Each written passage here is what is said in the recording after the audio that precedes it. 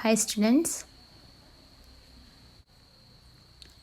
11th standard third unit prose forgetting written by Robert Lind. So இந்த prose தான் பார்த்துட்ருக்குறோம். forgetting. So forgettingன்றது it's common for all people. So என்ன மாதிரியான சுச்சுவேஷன்ஸ்லலாம் peoples வந்து மறந்து போயிடுறாங்க, என்ன மாதிரியான விஷயங்களை மறந்து போயிடுறாங்க அப்படின்றது தான் இந்த ப்ரோஸில் பார்த்துட்ருக்கோம். For the rest of the day, they are citizens of dreamland. So here, அந்த ஸ்போர்ட்ஸ் பர்சன் அவங்க அந்த ஃபீல்டில் விளையாடுறாங்க இல்லையா, அதை தவிர மீதி நேரத்தில் அவங்க எப்படி இருக்கிறாங்க அப்படின்னு பார்த்தாக்க சிட்டிசன்ஸ் ஆஃப் ட்ரீம்லேண்ட், அந்த கனவு உலகத்திலேயே தான் இருக்கிறாங்க. The same may be said, no doubt, of angler who forget their fishing rod. So here angler, அந்த ஃபிஷ்ஷு பிடிக்குவாங்க இல்லையா, தூண்டில் போட்டு ஃபிஷ்ஷு பிடிக்கிறாங்க இல்லையா, ஸோ அவங்களும் இந்த ஸ்போர்ட்ஸ் பர்சன் மாதிரி தான், அவங்களும் always they are in the dream land. Anglers are generally said, I do not know, with that justification, to be the most imaginative of men, and the men who is inviting magnificent lies on the journey home after a day fishing is bound to be a little absent-minded in his behavior. So here அந்த angler fish பிடிக்கிறாங்க இல்லையா, மீன் பிடிக்கிறவங்க, அவங்க ஒரு நாள் ஃபுல்லாக அந்த ஃபிஷ்ஷிங்லேயே அவங்க டைமை ஸ்பெண்ட் பண்ணாலும் அந்த எண்ட் ஆஃப் த டே அவங்க எப்படி இருக்காங்கன்னா லிட்டில் ஆப்சன்ட் மைண்டடாக தான் இருக்கிறாங்க. அவங்களுடைய பிஹேவியர் வந்து எப்போவுமே அப்படி தான் இருக்குது. மேபி அவங்க டயர்டாக இருக்கலாம், இல்லை அவங்க எக்ஸ்பெக்ட் பண்ண அளவும் இல்லாமல் இருந்திருக்கலாம். That's why they are in absent minded. The fishing rod of reality are forgotten by him as the day dream over the fear of the fishing rod of utopia.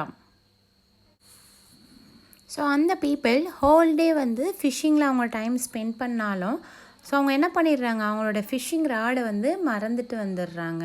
ஆனால் அவங்க என்ன பண்ணுறாங்க, அந்த ராடை யூஸ் பண்ணி தான் ஹோல் டே டைம் ஸ்பெண்ட் பண்ணுவாங்க. But now they forget to brought them. So அதை எடுத்துகிட்டு வர்றதுக்கு மறந்துடுறாங்க. His loss of memory is really a tribute to the intensity of his enjoyment in thinking about the day sports. So இந்த sportsman எப்படி அந்த டே ஃபுல்லாக எப்படி என்ன பண்ணாங்க அப்படின்றத திங்க் பண்ணிகிட்டு இருக்காங்களோ, ஸோ அதே மாதிரி தான் இந்த ஆங்லர் அவங்களும் என்ன பண்ணுறாங்க, அதே மாதிரியே அவங்களோட இமேஜினேஷன்லேயே தான் இருக்கிறாங்க. He may forget his fishing rod as the poet may forget to post a letter because his mind is filled with matter more glorious. So here இங்கே ஆத்தர் எப்படி அந்த லெட்டரை போஸ்ட் பண்ணுறதை மறந்துடுறாங்களோ, ஸோ அதே மாதிரி தான் அந்த ஃபிஷ்ஷிங்கில் டைம் ஸ்பெண்ட் பண்ணிட்டு வரவங்க அந்த ஃபிஷ்ஷிங் ராடையும் மறந்துட்டு வந்துடுறாங்க. Absent mindedness of this kind seems to me all but a virtue. So அவங்க வந்து இந்த ஃபர்கெட்டிங் பீப்புள்ஸ் இருக்கிறாங்க இல்லையா, ஞாபகம் மறதி பீப்புள்ஸ், அவங்க வந்து நார்மலாக ஒரு விஷயத்தை வந்து ஞாபகத்தில் வச்சுருக்கிறதே ரொம்ப கஷ்டமாக இருக்குது. The absent-minded man is often a man who is making the best of life and therefore has no time to remember the medicode. So here, ஒரு நார்மல் விஷயங்களெல்லாம் வந்து இந்த ஆப்சன்ட் மைண்டட் பீப்புளுக்கு வந்து ஞாபகம் வச்சு day to day life follow பண்ணுறது ரொம்பவே கஷ்டமாக இருக்குது. Who would have trusted Socrates or Coleridge to pose a letter? They had soul above such things. So here, so சாக்ரட்டிஸாக இருக்கட்டும், கோல்ரிட்ஜாக இருக்கட்டும், இவங்களை நம்பி யார் வந்து லெட்டர் கொடுத்து போஸ்ட் பண்ண சொல்ல போகிறாங்க. ஸோ இவங்கெல்லாம் வந்து ஒரு ஹிஸ்ட்ரியில் இடம்பெற்ற ஒரு இம்பார்ட்டண்ட் பர்சன்ஸ் இந்த ஹிஸ்ட்ரிஸ். ஸோ அப்படி இருக்கிற பீப்புள்ஸ்கிட்ட இந்த மாதிரி ஒர்க் யார் கொடுக்க போகிறாங்க? அப்படியே கொடுத்தாலும் அந்த டேலண்டட் பர்சன் என்ன பண்ணுவாங்க, அவங்களோட இன்ட்ரெஸ்ட், இப்போ கோல்ரிட்ஜ்னால் போயம் எழுதுகிறாங்களா, ஸோ அப்போ அவங்களோட இன்ட்ரெஸ்ட் ஃபுல்லாக எதில் இருக்கும், அந்த போயம் பற்றி தான் இருக்கும். ஏதாவது ஒரு விஷயம் பார்க்குறாங்கன்னா அதை வச்சு ஏதாவது எழுத முடியுமா அப்படி தான் திங்க் பண்ணுவாங்க. ஸோ அப்படி இருக்க பீப்புள்ஸ்கிட்ட யாரும் கொடுத்துருக்க மாட்டாங்க. A question whether the possession of a good memory is altogether desirable has often been discussed, and men with fabulous memory have sometimes tried to make out a case of the superiority. So here ஒரு சில persons எப்படி இருப்பாங்க அப்படின்னு பார்த்தோன்னா, நார்மலாக வந்து அவங்களுடைய memory power வந்து maybe it was good. So எந்த விஷயங்களுமே மறக்க மாட்டாங்க, கரெக்டாக பண்ணுவாங்க. அவங்களோட டிஸ்கஷன் ஆகட்டும், அவங்களோட ஒர்க்காக இருக்கட்டும், வாட் எவர் மேபி, ஸோ எல்லாமே வந்து சூப்பராக இருக்கும். பட் அப்படி இருக்கிற பர்சன் வந்து ஒரு சில விஷயங்களில் வந்து சுப்பீரியாரிட்டியாக இருக்க மாட்டாங்க. அதாவது மற்ற அவங்களோட ஆக்டிவிட்டீஸில் ஒரு டேலண்ட்டாக இருக்க மாட்டாங்கன்னு சொல்கிறாரு. A man, they say, who is a perfect remembering machine is seldom a man of the first intelligence, and they quote various cases of children or men who had marvelous memories and they yet had no intelligence to speak of. So here again they are telling for that, so இன்டெலிஜென்ட்டாக இருக்கிறாங்க இல்லையா, அந்த peoples வந்து அவங்களுடைய memory power வந்து maybe அது கம்மியாக தான் இருக்கும். பட் ஒரு நார்மல் பர்சன் எல்லா விஷயங்களையுமே ஞாபகம் வச்சுக்கிறாங்க, கரெக்டாக பண்ணுறாங்க. அவங்களுக்கு இன்டெலிஜென்ஸ் வந்து கொஞ்சம் கம்மியாக தான் இருக்கும். அவங்க வந்து ரொம்ப டேலண்டட் பர்சனாக இருக்க மாட்டாங்க. அவங்களால வந்து ஏதாவது ஒரு விஷயத்தை வந்து கரெக்டாக பேச முடியாது, கரெக்டான டிசிஷன் எடுக்க முடியாது, அந்த மாதிரியான பீப்புளாக இருப்பாங்க. I imagine, however, that on the whole the great writer and the great composer of your music have been men in exceptional power of memory. So here author சொல்கிறாரு, you just imagine, ஸோ இந்த great writers, great composers எல்லாம் இருக்கிறாங்க இல்லையா, so அவங்களுடைய memory power எப்படி இருக்குன்னா எக்ஸப்ஷனலாக இருக்கும், ரொம்பவே நல்ல ஒரு மெமரி பவர் இருக்கும் அவங்களுக்கு அப்படின்னு சொல்கிறாரு. ஸோ நம்மளை மாதிரியெல்லாம் அவருக்கு மெமரி பவர் இருக்காது, அவங்க வந்து ரொம்ப எக்ஸலண்ட்டாக இருப்பாங்க, அதுவும் எக்ஸப்ஷனல் கேசஸ் இருக்காங்களே அந்த மாதிரி இருப்பாங்க. The poets I have known have had better memory than the stockbroker I have known. So here stock broker அப்படின்னு சொன்னாக்க இந்த பங்குச்சந்தை சொல்லுவோம் இல்லையா, ஸோ அதிலலாம் இருப்பாங்க இல்லையா, அவங்கள தான் ஸ்டாக் புரோக்கர் அப்படின்னு சொல்கிறாங்க. இந்த ஸ்டாக் புரோக்கர்ஸ் இருக்காங்க இல்லையா, அவங்களுடைய மெமரி பவர் வந்து ரைட்டர்ஸோட கம்பேர் பண்ணும்போது வெரி பேடாக இருக்குது. ஸோ ரைட்டர்ஸோடைய மெமரி பவர் வந்து இட் வாஸ் ஸோ குட், ஆனால் அந்த ஸ்டாக் புரோக்கரோடைய மெமரி பவர் எப்படி இருக்குன்னா ரொம்ப லோவாக தான் இருக்குது comparing to the writers. Memory indeed, it half the substance of their art. So here இந்த ரைட்டர்ஸோடைய மெமரி பவர் வந்து நல்லா சூப்பராக இருக்குது அப்படின்னு சொன்னாங்க.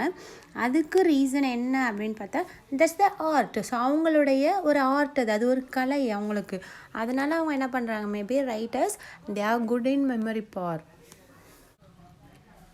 On the other hand, statesmen seems to have extraordinary bad memory. So here இங்கே ஸ்டேட்ஸ்மேன் இருக்கிறாங்க இல்லையா, that means for the politicians. இந்த பொலிட்டீஷியன்ஸ்க்கு வந்து நார்மலாகவே த ஹேட் பேட் மெமரிஸ். ஸோ அவங்களுக்கு வந்து ஒரு விஷயங்களை கூட கரெக்டாக ஞாபகத்தில் வச்சு பேச முடியாது, அந்த அளவுக்கு வந்து அந்த பொலிட்டீஷியன்ஸ் இருக்காங்க இல்லையா, அந்த அரசியல்வாதிகள், அவங்களுடைய மெமரி பவர் வந்து ரொம்பவே வர்ஸ்ட், ரொம்ப பேடாக இருக்குன்னு சொல்கிறாரு. Like two statesmen attempt to recall the same event, what happened, for example, at some cabinet meeting, and each of them will tell you that the other story is so inaccurate that either he has a memory like a sieve or in an audacious pervert of the truth. So here ரெண்டு ஸ்டேட்ஸ்மேனை வந்து ஏற்கனவே நடந்த ஒரு ஈவெண்ட்டை பற்றி நம்ம பேச சொன்னோம் அப்படின்னு பார்த்தா, அதாவது அந்த ஈவெண்ட்டில் என்னென்னலாம் நடந்துச்சு அப்படின்றத வந்து ரீகால் பண்ணி நம்ம பேச சொன்னோன்னா அவங்க பேசுகிற அந்த விஷயங்கள் எல்லாமே எப்படி இருக்கும், அவங்க சொல்கிற ஸ்டோரிஸ் எல்லாம் எப்படி இருக்கும் அப்படின்னு பார்த்தா இன்அக்யூரேட்டாக இருக்கும், அதாவது எதுவுமே கரெக்டாக இருக்காது அப்படின்னு சொல்கிறாங்க. ஸோ அவங்க பேசும்போது என்ன பண்ணுவாங்கன்னா நிறைய எக்ஸ்ட்ரா விஷயங்களை எல்லாமே அதில் சேர்த்து சொல்லுவாங்க. மேபி அது வந்து அந்த இன்சிடெண்ட் அங்கே நடந்தே இருக்காது, ஆனால் அது எல்லாமே அவங்க என்ன பண்ணுறாங்க, சேர்த்து ஒரு சில எக்ஸ்ட்ரா ஸ்டோரிஸ் எல்லாம் சொல்கிறாங்க. So that's why they are telling that was inaccurate. So அது வந்து இன்அக்யூரேட்டாக தான் இருக்கும் அப்படின்னு சொல்கிறாரு. அனதர் திங், ஸோ ஒரு வேளை வந்து அவங்க அந்த ட்ரூத், உண்மைக்கு எதிராக பேசுகிறதுக்கு வந்து பயம் இல்லாமல் நடக்காத ஒரு விஷயத்த சொல்கிறதுக்கான அந்த தைரியம் மேபி அவங்களுக்கு இருக்கலாம். So that's why they are telling that. So அப்படி கூட நம்ம எடுத்துக்கலான்னு சொல்கிறாரு. The frequency with which the facts in the autobiographies and speeches of the statesmen or challengers suggest that the world has not yet begun to produce ideal statesmen. Men who, like great poet, have the genius of memory power and intellect combined. So here, so maybe இந்த world வந்து இன்னும் அந்த மாதிரி ஒரு good person, ஒரு நல்ல ஒரு ஸ்டேட்ஸ்மேன்ஸை வந்து இது வரைக்கும் உருவாக்கலை. ஸோ மேபி நம்ம வந்து ஒரு சேலஞ்சிங்காக கூட எடுத்துக்கலாம். அந்த அளவுக்கு ஒரு குட் மெமரி பவர் உள்ள ஒரு பொலிட்டீஷியன்ஸை வந்து இன்னும் இவங்க ப்ரொடியூஸ் பண்ணலை, உருவாக்கலை அப்படின்னு சொல்கிறாங்க. ஸோ அந்த ஸ்டேட்ஸ்மென்ட்ஸ் வந்து they are comparing to the poets. So இந்த போயட்ஸ் கூட கம்பேர் பண்ணும்போது லைக் எ கிரேட் மென்ஸ், அவங்களுடைய ஜீனியஸ், அதாவது அந்த பொலிட்டீஷியனையும் போயட்ஸையும் கம்பேர் பண்ணும்போது போயட்ஸோடைய மெமரி பவர் வந்து ரொம்ப ஹை லெவலில் இருக்குது அப்படின்னு சொல்கிறாங்க. ஸோ அதனால தான் அவங்களுடைய டேலண்ட்டை வந்து அவங்களால வெளிக்காட்ட முடியுது. So when for the writing, so அவங்களுடைய ரைட்டிங்ஸில் என்ன பண்ணுறாங்க, அவங்களுடைய தாட்ஸ், அவங்களுடைய மெமரி பவர், அவங்களுடைய டேலண்ட்ஸ், ஸோ எவ்ரிதிங் அவங்க என்ன பண்ணுறாங்க, அவங்களுடைய ரைட்டிங்ஸ் மூலயமா தான் வெளியில் காமிக்கிறாங்க. So here memory. ஸோ நம்மளோட மெமரி பவரை வந்து ரெண்டாக டிவைட் பண்ணுறாங்க, short term memory and for long term memory. So short term memory அப்படின்னா என்னன்னு பார்த்தோன்னா, இப்போ ஒரு சில விஷயங்கள் வந்து ஒருத்தர் நம்மக்கிட்ட சொல்லும்போது நல்லாவே நம்மளுக்கு மைண்டில் அந்த விஷயம் இருக்கும், நல்லா கிளியராக இருக்கும். இப்போ ஃபார் எக்ஸாம்பிள் கிளாஸ் எடுக்கிறாங்கன்னா கிளாஸில் நடத்தக்குள்ளே எப்படி இருக்கும், ஓ எல்லாமே புரிஞ்சிருக்கு அப்படின்ற மாதிரி இருக்கும். அதே நம்ம வீட்டுக்கு போயிட்டு கொஞ்ச நேரத்தில் என்ன ஆகிடும், மறந்து போயிடும். இந்த சேம் வே இன்னும் ஒரு சில விஷயங்கள் எப்படின்னா, இப்போ யாராவது ஒருத்தவங்க ஏதாவது ஒரு விஷயம் சொல்கிறாங்க, ஒரு 5 நம்பர் சொல்லி மைண்டில் வச்சுக்கோ அப்படின்னு சொல்கிறாங்கன்னு வச்சுக்கோ.